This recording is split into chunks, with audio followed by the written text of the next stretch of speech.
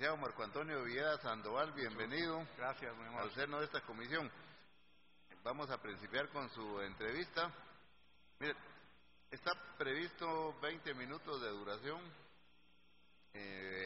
distribuidos en 15 minutos, que usted hace uso inicialmente de 15 minutos para referirse a 6 aspectos que tiene en una hoja que está ahí en su escritorio, de una forma concisa, más o menos en la medida resumida, esos 6 aspectos, y al finalizar los 15 minutos, los siguientes 5 minutos utilizarán para preguntas de los señores comisionados. Es que está en el uso de la palabra. Gracias. Bien, buenos días. Les agradezco mucho la atención y el tiempo que se me da a esta exposición. Voy a comenzar hablando del primer cuestionamiento que se hace en la guía de la entrevista, que hace referencia directamente a las motivaciones y la experiencia para optar al cargo.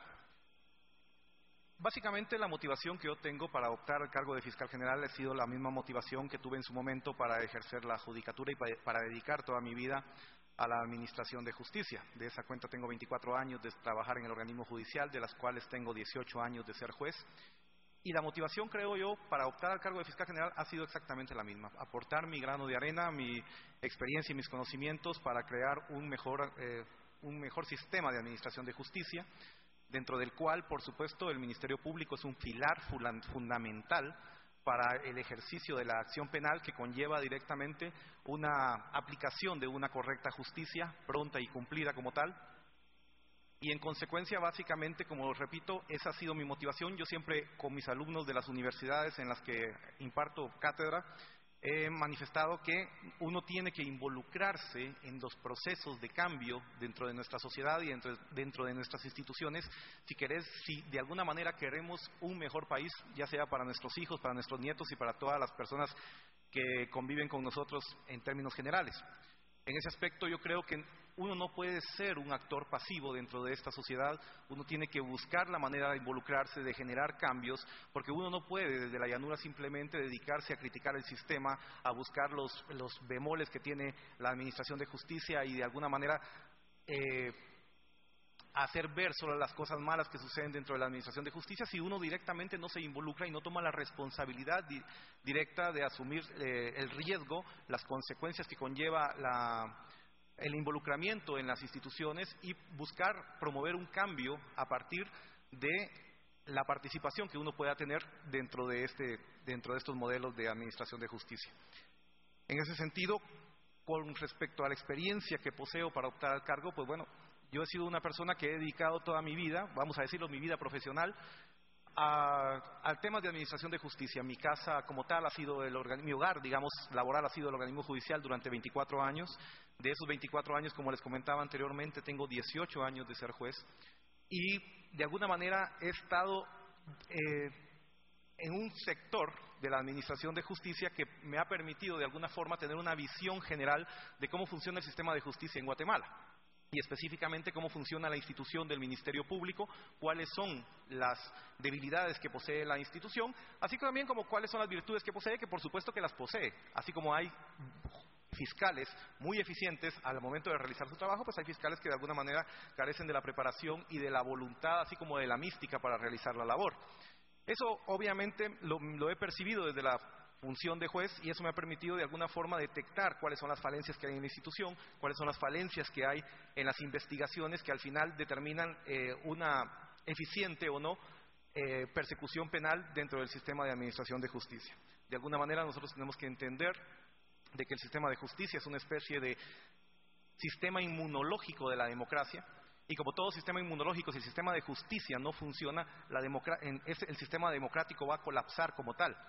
No habrá ningún programa de gobierno, no habrá ninguna actividad que se pueda hacer en pro de la democracia si el sistema de justicia no funciona, porque ese es el pilar de la democracia, como les repito, el sistema inmunológico de la democracia, y creo que en todo caso pues nos tenemos que involucrar. Creo que la experiencia que me ha dado mi función como juez de alguna manera me ha permitido, como les repito, detectar todas esas falencias que posee la institución del Ministerio Público, en qué consiste directamente el fracaso muchas veces en la persecución penal de algunos casos y pues básicamente he dedicado mi vida al tema penal. He sido juez penal durante 18 años de mi vida y eso creo que me da las calidades para poder optar al cargo. En cuanto al segundo cuestionamiento, que se refiere al diagnóstico actual del Ministerio Público. Vamos a ver, nosotros tenemos que reconocer que el Ministerio Público, bueno, la actual administración del Ministerio Público ha hecho cosas positivas. Definitivamente ha visibilizado la función del Ministerio Público de una forma que antes no se tenía. Antes la institución del Ministerio Público pues era un órgano auxiliar de la Administración de Justicia, pero no tenía la visibilización y la importancia que tiene ahora y que le ha impreso esta administración actual. Claro, entiendo también que muchos logros que está cosechando actualmente el Ministerio Público no son logros exclusivos de esta administración. Esto ha sido un proceso de varias administraciones que, con sus luces y sus sombras, unos de una manera más significativa y otros de una manera discreta, pues han ido aportando a la institucionalidad del Ministerio Público. Primero porque nosotros tenemos que entender que el Ministerio Público es una institución y como institución tiene que trascender a las personas y también reconocer que de alguna forma los 10 fiscales que han existido en la era democrática pues de alguna manera han aportado su grano de arena para empezar de alguna forma a sentar las bases para iniciar una persecución penal efectiva y una gestión del Ministerio Público que de alguna manera cumpla con las exigencias que le valga la redundancia, que le exige la sociedad y los ciudadanos, que son los principales socios de la Administración de Justicia y del Ministerio Público en particular. ¿Cuál es el diagnóstico actual del Ministerio Público? Pues entiendo que de alguna forma esta administración le ha dado mucho énfasis al tema de atención a las víctimas, al tema de la implementación de la justicia con visión de género, a un tema que es referente a las personas que se encuentran en una situación vulnerable como los menores de edad y han implementado políticas que de alguna forma permiten no volver a revictimizar a estas personas a través de la creación de una cámara Gesell, acuerdos que ha hecho directamente con el organismo judicial para crear un juzgado de turno que atienda a todas aquellas mujeres que son víctimas de violencia intrafamiliar, etcétera, etcétera. Pero detrás de todo esto, como en todas las instituciones, también hay falencias que son necesarias atacarlas y mejorarlas. Por ejemplo, me da la impresión, voy a empezar hablando del sistema de gestión de casos, que creo que ya muchos aspirantes lo han tocado, pero yo lo quiero tocar de manera particular porque yo lo he vivido en mi calidad de juez. Y lo vamos a hablar claro, el sistema de gestión de casos no funciona. Es así de claro. No puede funcionar un sistema donde un fiscal de alguna forma inicie una investigación, de alguna forma genere una relación de confianza con las víctimas, con los testigos y con todos aquellos medios de prueba y posteriormente le transfiera el caso a un fiscal que de alguna manera no sabe ni qué ocurrió durante la investigación, le transfieren los casos con apenas unos días de anticipación a la audiencia donde este fiscal tiene que actuar y el problema que se genera detrás de todo esto es que nadie asume la responsabilidad del fracaso de la persecución penal.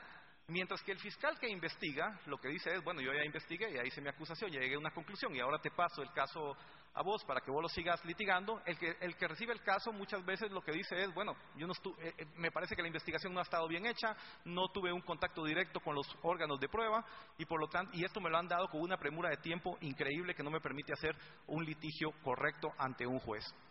Y muchas veces los fiscales llegan con uno como juez a decirle, mire señor juez, perdóneme, me acaban de pasar este expediente y no tengo ni siquiera la menor idea de qué se trata. Deme, por favor, prorrogue la audiencia a unos 15 minutos para que por lo menos yo le pueda dar una leída al expediente. Eso me parece completamente incorrecto. Y lo otro también es que me parece que esta actual administración del Ministerio Público está muy preocupada por el tema de las estadísticas. La estadística, si bien es un órgano auxiliar, es un método auxiliar de la Administración de Justicia que sirve para detectar problemas y en todo caso sirve para buscar soluciones a ciertos problemas. La estadística en sí misma no puede ser la meta y el norte bajo las cuales actúe el Ministerio Público. O sea, no puede ser la estadística lo que guíe la función del Ministerio Público, porque esto nos conlleva a otra situación.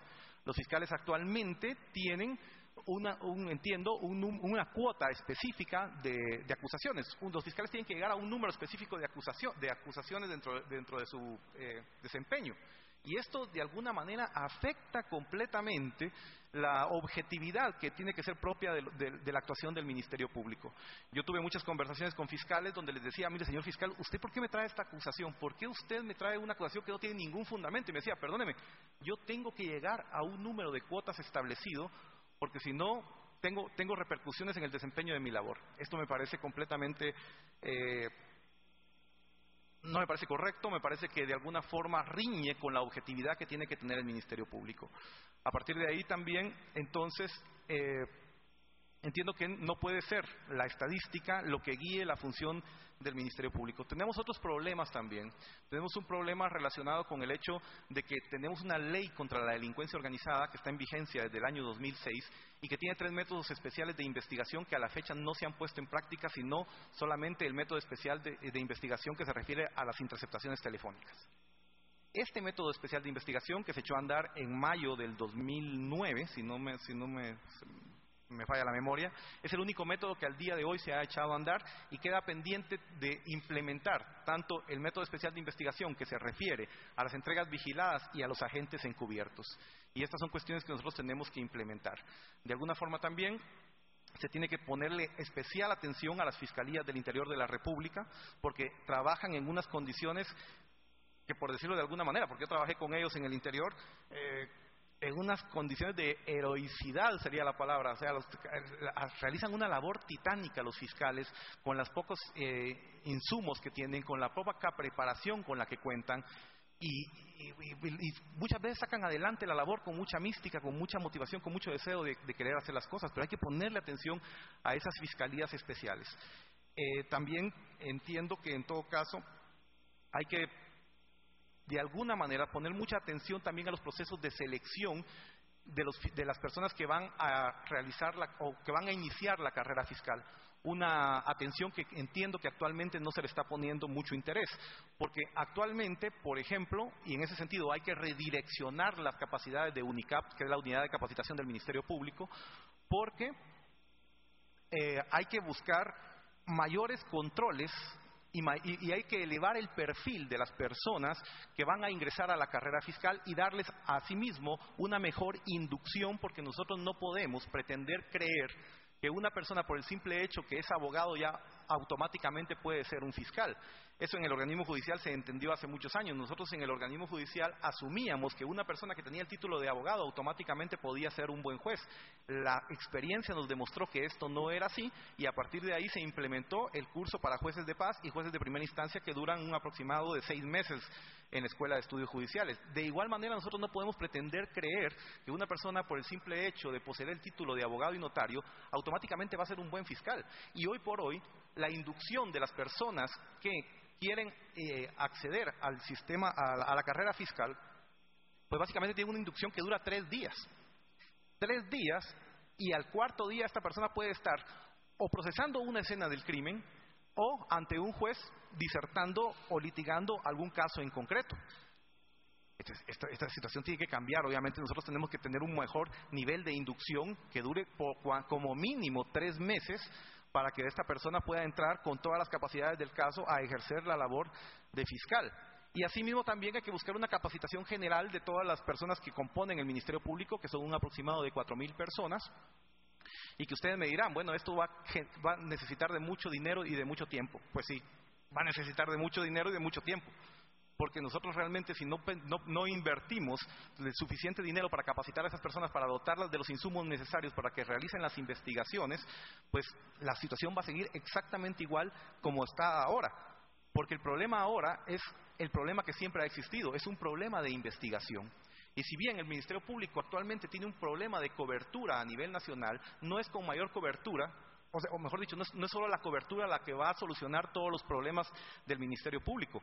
Esta cobertura tiene que ir acompañada de una mejor capacitación en los procesos de investigación. Porque si no acompañamos la cobertura a nivel nacional con procesos eficaces de investigación, lo que vamos a crear es un elefante blanco donde vamos a tener fiscalías en toda la República que no van a servir absolutamente para nada, sino que para darle en su momento trabajo a los amigos. Entonces, y va a seguir la institución con la misma ineficiencia en procesos de investigación como ha existido ahorita, independientemente que haya más o menor cobertura. Entonces lo que nosotros nos tenemos que enfocar es directamente en los procesos de investigación. Tenemos que de alguna manera establecer protocolos y capacitaciones que permitan a los fiscales hacer investigaciones de manera más eficiente. Hay otra pregunta que espero que me alcance el tiempo. ¿Cómo garantizaría yo la autonomía del Ministerio Público? Cualquiera que ustedes le hagan esta pregunta, pues dirá que básicamente él se va a matar garantizando la autonomía del Ministerio Público. ¿A quién le podemos creer y a quién no? Pues simplemente lo que tenemos que hacer es ir a los antecedentes de las personas. Aquí nadie puede venir a hablar de autonomía. El que no la ha defendido y el que no la ha tenido que ejercer para realizar su labor. Yo tengo un historial de 18 años como juez, donde por supuesto he tenido que defender mi autonomía, he tenido que garantizarle a las partes que actúo con total autonomía para dictar fallos justos, equilibrados, ecuánimes y de conformidad con la ley. Entonces, lo único que nos puede dar esa certeza de que la persona va a actuar con total autonomía son los antecedentes de esta persona. Yo en el ejercicio de mi cargo, por supuesto que he tenido presiones, y he tenido presiones muy fuertes, pero nadie hasta el día de hoy, en los 18 años que tengo de carrera y en 2 procesos que he participado para fiscal general, ha podido venir a cuestionar de alguna manera que yo no he actuado con base a una autonomía propia. Gracias, licenciado. Perdone que lo interrumpa. Sí. Vamos a pasar a la ronda de...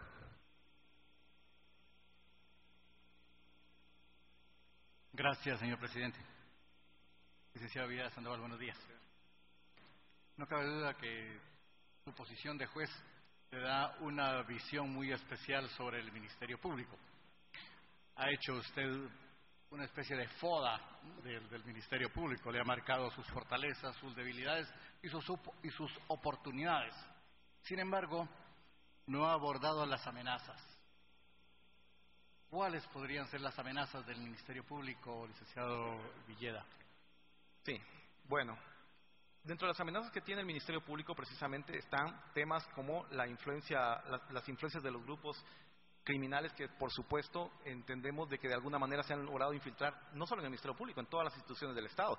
Tenemos también el problema de que la elección del Ministerio Público en alguna manera, si bien tiene un componente político, este componente político ha ido más allá de lo que es recomendable para el nombramiento de una persona que ejerce el puesto de fiscal general. Tenemos también, entiendo, el presupuesto podría ser un problema, aunque entiendo que el presupuesto hoy por hoy no es un problema mayor, habida cuenta de que el Ministerio Público no ejecuta todo el presupuesto que le es asignado, entonces no podemos entender que es un problema de presupuesto. Tenemos también el problema de la corrupción, y este sí creo que es un lastre y es un cáncer que existe dentro del Ministerio Público y es algo en lo que se le tiene que poner mucha atención. Nosotros tenemos que de alguna manera, primero, garantizar la autonomía del Ministerio Público para evitar directamente que la persecución penal se vea de alguna forma influenciada por intereses políticos, que eso es muy importante. La otra cuestión es que nosotros tenemos que también tener una política de cero tolerancia a la corrupción y de alguna forma buscar la manera de mantener un control sobre las actuaciones de los fiscales para evitar que caigan en actos de corrupción. Claro, esto pasa también por temas de dignificación salarial, de dignificación de la función de los fiscales, pero por otro lado también pasa por un tema de control, porque déjeme decirle, mi experiencia me ha indicado de que el tema de la corrupción no es un tema de necesidad, es un tema de valores también. Porque yo he trabajado con mucha gente que es muy pobre y es honrada a carta cabal, y también he trabajado con mucha gente que nunca le ha faltado absolutamente nada, pero al final de cuentas tampoco con nada les es suficiente y son presas de cualquier acto de corrupción. Entonces, yo creo que la corrupción, la infiltración de las bandas del crimen organizado y de alguna forma la influencia política que se ejerce a la hora de dirigir la persecución penal, creo que son las principales amenazas con las que cuenta actualmente el Ministerio Público. Ya, Cabrera.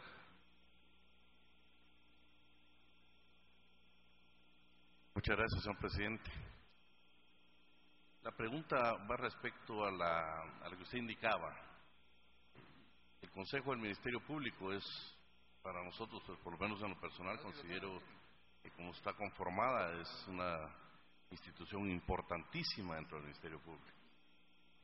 ¿Qué política tendría usted en cuanto a todo el régimen disciplinario del Ministerio Público? ¿Cómo cree usted que se pueda solucionar de manera inmediata pensando que actualmente no está integrado, y en su caso, pues la designación de 6 que le corresponde a la comisión, 6 aspirantes, pues también la pregunta sería, creo que por su experiencia, por lo que usted nos ha comentado, pues la posibilidad también que se tiene de que el presidente pues tendrá que elegir al fiscal general y jefe del Ministerio Público, pero también le corresponde al Congreso la elección de quienes van a integrar el Consejo. En lo personal considero que es importantísimo también el Consejo en todo este proceso de postulación. Mi pregunta concreta era, ¿qué medidas se pueden tomar de forma inmediata en cuanto al régimen disciplinario, sabiendo que también los trabajadores tienen sus propios derechos? Hay un pacto colectivo de condiciones de trabajo y es importantísimo como aspirante pues tener conocimiento del pacto, porque también ahí se habla precisamente de la prescripción en cuanto a las sanciones.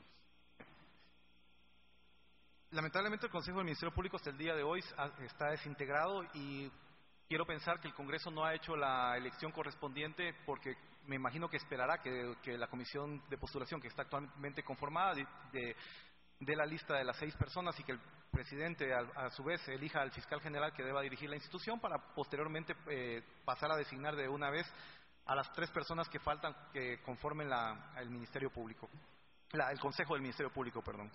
El Consejo como tal es un órgano colegiado que creo que en su momento se hizo pensando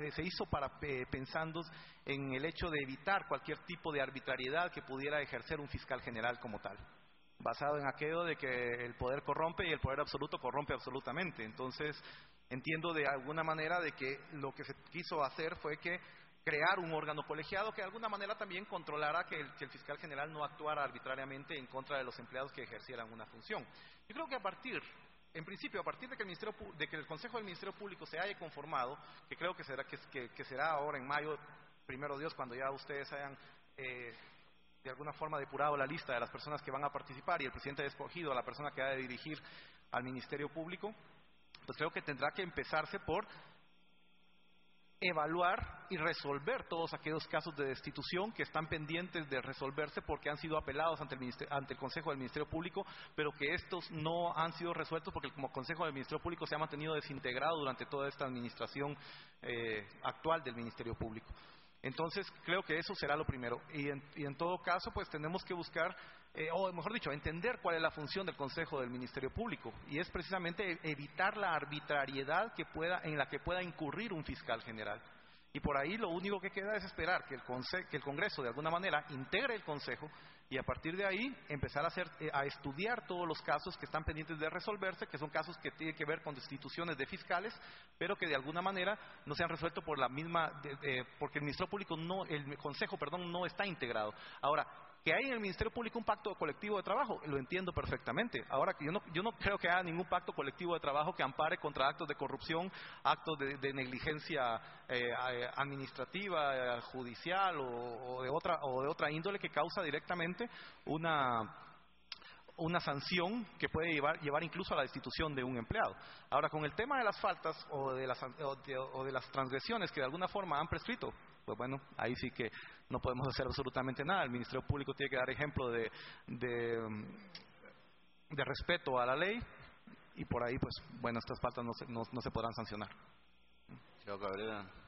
Gracias, presidente. Buenos días, licenciado Villa. Siguiendo un poco tal vez la tendencia de lo que decía el decano de la Universidad de San Carlos, tal vez una pregunta más directa al licenciado Villeda. Si usted llegaría a estar dentro de los 6 postulados al presidente, lógicamente hay 2 tendencias. Una, nombrar al fiscal general, y otra, a los miembros del Consejo del Ministerio Público por parte del Congreso. En el periodo anterior hubieron varios que fueron nombrados y renunciaron precisamente a esa situación y por eso ha tardado la integración del Consejo. En su caso, si no fuera electo fiscal general, ¿usted también tomaría esa postura de renunciar a ser postulado al Consejo del Ministerio Público? Sí. A ver, con esto yo quiero ser muy sinceros con ustedes. Yo hace 4 años que estuve nominado en la lista de los 6, fui electo por el Congreso de la República para integrar el Consejo del Ministerio Público y yo fui una de las personas que renunció a integrar el Consejo del Ministerio Público. ¿Por qué razones lo hice? Primero, porque yo ejerzo una función de juez que no me permite de alguna forma ocuparme tanto de mi función de juez como de mi función como miembro del Consejo del Ministerio Público. Aparte que el Ministerio Público es una institución que directamente litiga ante mi judicatura y yo de alguna manera tengo que preservar esa claridad y esa transparencia en mi actuar como juez. Y entonces de alguna manera no quiero que la integración de mi persona ante el Ministerio Público de alguna forma dañe o opaque la función que realizo como juez. Y en ese aspecto yo voy a ser muy sincero con ustedes. No creo, en este caso, poder aceptar la nominación que me pudiera hacer el Congreso para integrar al Ministerio Público por las mismas razones que tuve para no aceptarlas hace 4 años. Y obviamente mi posición no puede cambiar de un momento para otro o a partir de una postulación hacia otra. Tendría que ser exactamente la misma. En todo caso, yo, si fuera que el caso de que me viera nominado dentro de la lista de los 6 y no fuera de alguna forma designado por el presidente para ejercer las funciones de fiscal general y jefe del Ministerio Público, creo que me tendría que abocar al Congreso de la República precisamente para hacerles ver esa situación y pedirles por favor que no me vayan a nombrar para evitar directamente otra situación como la que se vio inmerso el Ministerio Público con la no integración del Consejo del Ministerio Público durante todo este tiempo. Claro, yo entiendo que esto ha causado un problema grande en la administración del Ministerio Público, pero es un problema grande que si bien tiene relación conmigo, tiene también relación con un dilema que tengo entre mi función como juez y mi función y lo que la ley establece como norma o como forma para la integración del Consejo del Ministerio Público en específico. Una última pregunta, Liceo Villeda, y es que dentro de una de las tachas precisamente se plantean, se habla precisamente sobre un proceso de extinción de dominio, donde dice que se puede observar cómo el juzgador ha emitido resoluciones no apegadas a la ley causando perjuicios graves a los administrados. Para darle oportunidad, ya que en el tiempo de los 15 minutos no se pudo mencionar sobre las tachas, comentarnos sobre este aspecto y en su defensa usted menciona que dice que la sala de extinción de dominio le llamó la atención al Ministerio Público y no al postulante por entender el órgano superior jurisdiccional que es responsable de la investigación es precisamente el Ministerio Público. ¿Qué política criminal utilizaría usted? Porque hay veces ahora que muchas veces, y lo han dicho acá algunos entrevistados, algunos jueces dicen, no, lo que el Ministerio Público diga es lo que vamos a hacer. Si el Ministerio Público lo plantea, nosotros lo vamos a conceder. ¿Qué relación podría usted establecer en todo caso, ahorita que es juez y que se dio esto, pero que si llegara a ser fiscal general del Ministerio Público, qué relacionamiento habría para que los fiscales tuvieran una relación de política criminal y en la cual realmente el juez también tuviera una función de aspecto, de filtro de todo lo que presenta el Ministerio Público? Sí, no, le agradezco la oportunidad de aclarar esta situación. A ver, a mí me plantearon una tacha basado en 2 procesos específicos donde se han dictado 2 resoluciones. En una la sala revocó y en otra, si bien la sala revocó, se planteó un amparo y el amparo el amparo provisional fue otorgado y se suspendió la resolución que emitió la sala. Y en eso sí quiero, si me lo permiten, explicar un poco esta situación. El tema de extinción de dominio, si bien es un proceso cuyo accionante principal es el Ministerio Público, es un proceso completamente distinto al proceso penal.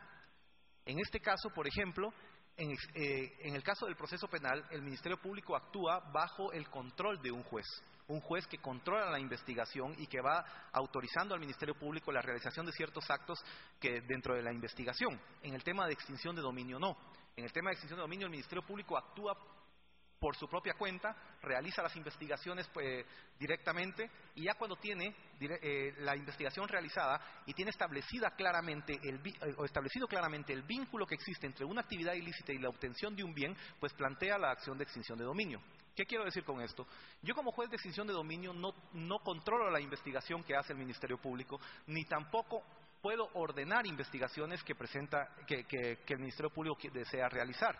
Yo realmente, al igual que un juez civil, estoy simplemente a la espera de que el Ministerio Público plantee una acción de extinción de dominio y a partir de ahí empiezo directamente a ejercer mi función como juez para ver si las peticiones que ha hecho el Ministerio Público están fundadas, son razonables y en consecuencia resolver dichas peticiones. En esta tacha que me han interpuesto se han pronunciado sobre 2 procesos en particular. Resulta que los fiscales tienen la posibilidad de por sí mismos decretar medidas cautelares, una facultad que en el proceso penal no la tienen, por ejemplo, pero como es un proceso muy sui generis y muy especial, los fiscales como tales tienen la posibilidad y la facultad de de decretar medidas cautelares y dentro de las 24 horas ir con el juez de extinción de dominio para lograr la convalidación de esas medidas cautelares. En esa audiencia uno escucha los argumentos que el fiscal o la fiscal le plantea y uno determina si había razonabilidad en decretar la medida cautelar o no. Si uno encuentra que había razonabilidad al momento de decretar la medida, pues uno confirma la medida y si no, pues uno la revoca.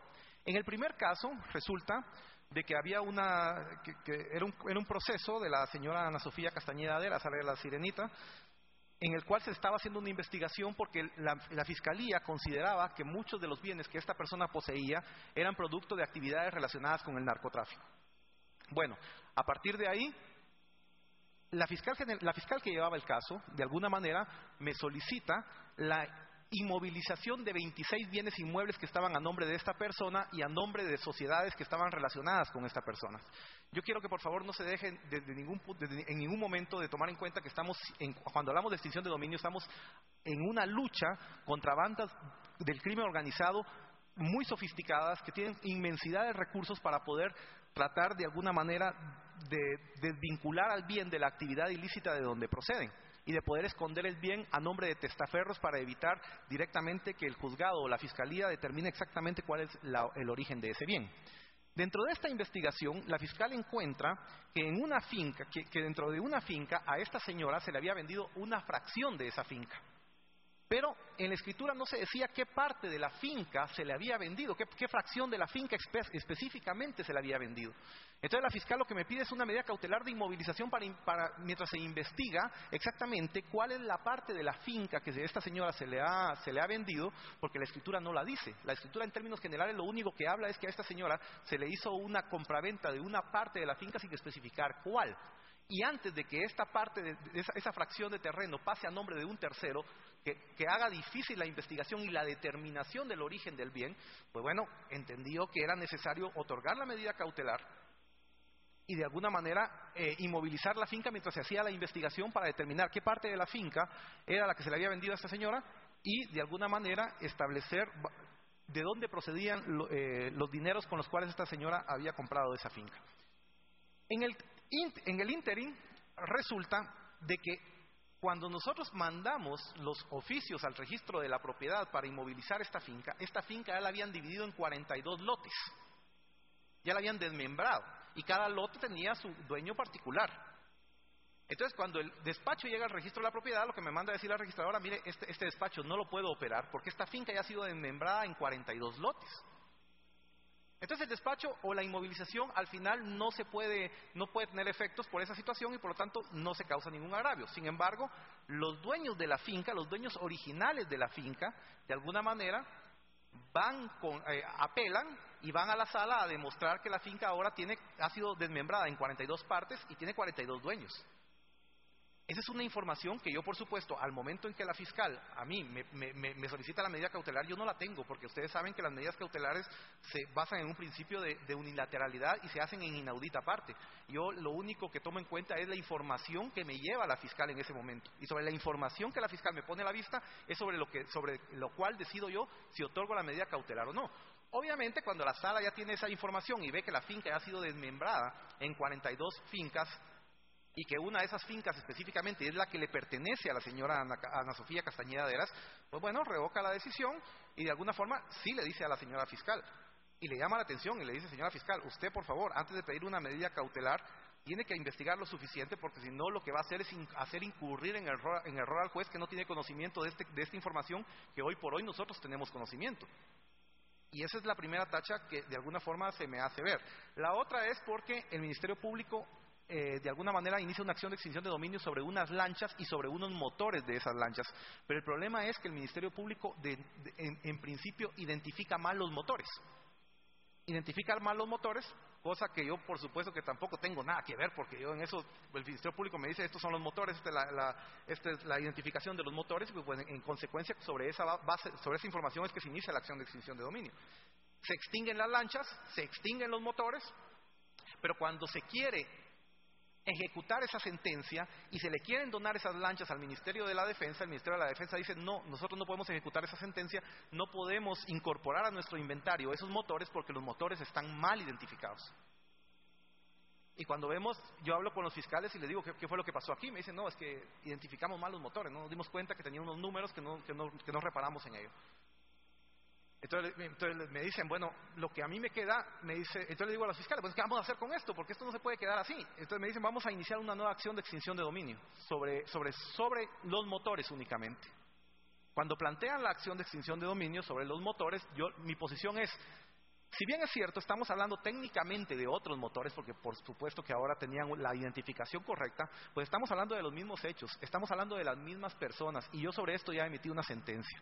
Entonces no me puedo volver a pronunciar. Entonces, perdónenme, yo lo que voy a hacer es excusarme y que la sala de alguna forma designe un nuevo juez que tenga que conocer esta situación, porque yo no puedo volver a pronunciar porque mi pronunciamiento va a ser exactamente el mismo, habida cuenta que ya dicté sentencia. La sala no entra a conocer la excusa, sino que lo que la sala resuelve es que yo no debía haber admitido la acción de extinción de dominio porque estábamos hablando de los mismos motores, decía la sala, que aunque estuvieran mal identificados era lo mismo y por lo tanto aquí había cosa juzgada y por lo tanto había que rechazar la acción de extinción de dominio. Y entonces la sala, sin entrar a conocer la excusa, que era la razón de ser por el cual el expediente llegó a la sala, rechaza la acción de extinción de dominio. Esto provoca que el Ministerio Público plantee una acción de amparo ante la Cámara de Amparos y Antejuicios de la Corte Suprema de Justicia, y hoy por hoy le han otorgado al Ministerio Público el amparo provisional, han dejado en suspenso la actuación de la sala, la resolución de la sala, porque la Cámara de Amparos ha entendido que la sala de alguna forma se ha extralimitado en su función y está pendiente de resolver el amparo de manera definitiva. Esas son las dos cuestiones en las que se han circunscribido la tacha que me han puesto. Gracias, licenciado Marroquín. Muchas gracias, señor presidente. Le aseguro que seré muy puntual en función del tiempo. Licenciado Villeda Sandoval, buenos días. Buenos días. Por medio de su elocuente exposición, evidencia distintas falencias del Ministerio Público. ¿Qué acciones urgentes y puntuales implementaría usted de ser electo fiscal general de la República para superar esas falencias? Bueno, a veces no sé si la urgencia tiene alguna relación con la efectividad. Una institución como el Ministerio Público de alguna forma necesita tiempo para realizar todos los cambios que se necesitan para que ésta pueda actuar de manera eficiente y eficaz y para poder de alguna manera fundar las bases de la institucionalidad que son necesarias para que esta institución funcione independientemente de quién transitoriamente ejerza la función de fiscal general. Y quiero hacer énfasis en la palabra transitorio porque el Ministerio Público tiene que ser una institución que de alguna manera tiene que actuar con la misma eficiencia y con la misma eficacia, no importa quién esté al frente de la institución. Ahora, ¿qué acciones implementaría yo de manera urgente? Pues primero, obviamente, hay que hacer un análisis directo de cómo está la institución, cómo se encuentra la institución en este momento, pero a partir de ahí yo creo que una de las cosas que urgen hoy por hoy es aumentar la capacidad de la unidad de métodos especiales, en el sentido de que tenemos que aumentar la capacidad de interceptación de líneas telefónicas de la unidad de métodos especiales. La unidad de métodos especiales de alguna manera se encuentra muy limitada en ese aspecto porque el software que tienen todavía es muy pequeño para la gran demanda que existe de interceptación de teléfonos para el combate contra la delincuencia organizada. Obviamente tenemos que empezar a estudiar a resolver todos aquellos casos de destitución de fiscales que se han visto involucrados en actos de corrupción o de faltas al servicio para de alguna forma ir depurando la institución del Ministerio Público. Tenemos también que redireccionar inmediatamente las funciones de la Dirección de Inteligencia Criminal, de Investigaciones Criminales, porque si bien es cierto, existe una ley actual que le transfiere todas las funciones de la DICRI al Ministerio de Gobernación, entiendo que la DICRI aún sigue estando bajo la tutela del Ministerio Público y por lo tanto tenemos que redireccionar sus funciones para que la DICRI en realidad cumpla su razón de ser, que es dotar a los fiscales de investigaciones y evidencias que de alguna manera sirvan para ejercer una persecución penal de manera efectiva. Hoy por hoy la DICRI es una institución que simplemente se dedica a investigar, a localizar testigos, a localizar víctimas, a traerlos a irlos a buscar para traerlos al Ministerio Público a que declaren, pero no realiza una función real de investigación. La otra cuestión que tenemos que hacer es, obviamente, crear un protocolo, o mejor dicho, crear un proyecto que de alguna forma determine valga la redundancia, la forma en que las personas que van a ejercer o van a iniciar la carrera de fiscales, pues puedan pasar un proceso de selección que sea efectivo y un proceso de capacitación que les ayude de alguna forma a realizar su función como tal. Básicamente, y de alguna manera también, tenemos que aprovechar inmediatamente todos aquellos bienes que se han extinguido hasta el día de hoy, porque yo no entiendo la razón por la cual el Ministerio Público está hoy por hoy comprando flotillas de vehículos y gastándose el dinero en flotillas de vehículos cuando existe una flotilla de vehículos que ya han pasado a nombre del Estado y que pueden ser asignados directamente al Ministerio Público para que realice su función. Hay autos blindados, hay vehículos de doble tracción que están en las bodegas de la Senaved y que entiendo que no se reclaman y que de alguna forma no se solicitan para realizar la función. Y una de las funciones de la ley de extinción de dominio, o uno de los propósitos de la ley de extinción de dominio, es por una parte desarticular las bandas del crimen organizado a través de darles en su fuente de poder, que es el dinero, pero por otro lado también es para que las instituciones utilicen esos mismos bienes para hacer un combate frontal en la lucha contra la criminalidad organizada. Y obviamente también redefinir la política de persecución penal del Ministerio Público. Eso tiene que ser claro para todos los fiscales. Los fiscales tienen que tener claro cuál es la política de persecución del Ministerio Público y tenemos que, de alguna forma, sentarnos a platicar con ellos para que pasemos del conocimiento a la convicción. Porque todos tenemos el conocimiento y tenemos clara la idea de que tenemos que hacer una lucha contra la corrupción, pero eso lo tenemos que transformar en una convicción, básicamente. Muchas gracias. Señor Arcila. Licenciado Villeda, entiendo que usted no está de acuerdo con el actual modelo de gestión del Ministerio Público. ¿Qué modelo de gestión implementaría usted si usted fuera el fiscal general? Ya le he explicado por qué no estoy de acuerdo y cuáles son las falencias que hay detrás de todo esto. Ahora, yo voy a comentar algo. Este modelo de gestión de casos que se implementó en esta administración no es nada nuevo. Esto ya se había implementado en tiempo del fiscal general Ramsés Cuestas. Y hace mucho tiempo, hace unos 15 años, se dieron cuenta que eso tampoco funcionaba. Esto es un sistema de gestión de casos que funciona en Chile, por ejemplo, pero tomamos en cuenta las realidades de Chile. ¿Cuáles son las realidades de los índices de criminalidad de Chile? ¿Cuáles son los índices de impunidad? ¿Cuántos casos maneja cada fiscal en una fiscalía en Chile que le permite de alguna forma, pues de una manera más relajada, sentarse a estudiar un caso, platicar con la persona que llevó la investigación y plantear una estrategia de litigio? Aquí tendríamos que analizar dos cosas. Primero, establecer si el método todavía es salvable. Si el método todavía es salvable, el método de gestión de casos todavía es salvable. Tal vez, posiblemente, si de alguna manera bajamos la cantidad de casos que lleva cada fiscal a través de contratar más personal, posiblemente el método pueda ser salvable. Pero si el método no es salvable, pues básicamente habría que desestimarlo y volver a la práctica normal de gestión de casos, que es que un fiscal que ha iniciado con una investigación es el fiscal que termina ante el juez planteando la acusación y de alguna forma litigando este caso. Y es que fíjense que detrás de todo esto les quiero contar, las víctimas y los órganos de prueba, llámese testigos, llámese peritos, durante la investigación genera un nexo de confianza con el fiscal que lleva la investigación. Ese nexo de confianza se pierde cuando el proceso pasa a otro fiscal que de alguna forma nunca ha tenido contacto ni con las víctimas, ni con los testigos, ni con los peritos, ni con ninguno de los órganos de prueba. Entonces es necesario ese nexo de confianza porque una víctima o un testigo que de alguna forma ya ha generado ese nexo de confianza con el fiscal que ha realizado la investigación, ese nexo de confianza se va a mantener hasta el momento en que el fiscal comparezca al debate, plantee la acusación y presente los medios de prueba que lleven a determinar que una persona es responsable de un hecho delictivo. Entonces, mi idea primaria es que El método hay que cambiarlo y hay que regresar al antiguo método de gestión de casos, donde el fiscal que llevaba la investigación era el fiscal que terminaba compareciendo ante el juez, planteando la acusación y de alguna forma demostrando la responsabilidad penal de la persona que había sido investigada y que había sido llevada a juicio.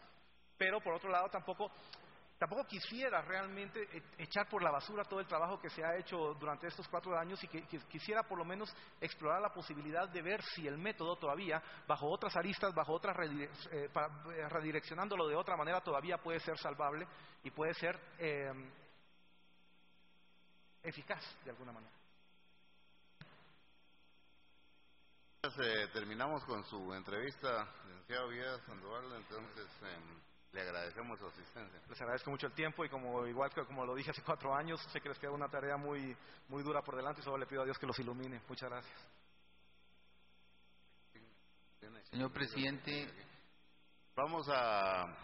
creo que decretamos un receso, no muy grande, si no terminamos en unos 5 o 10 minutos.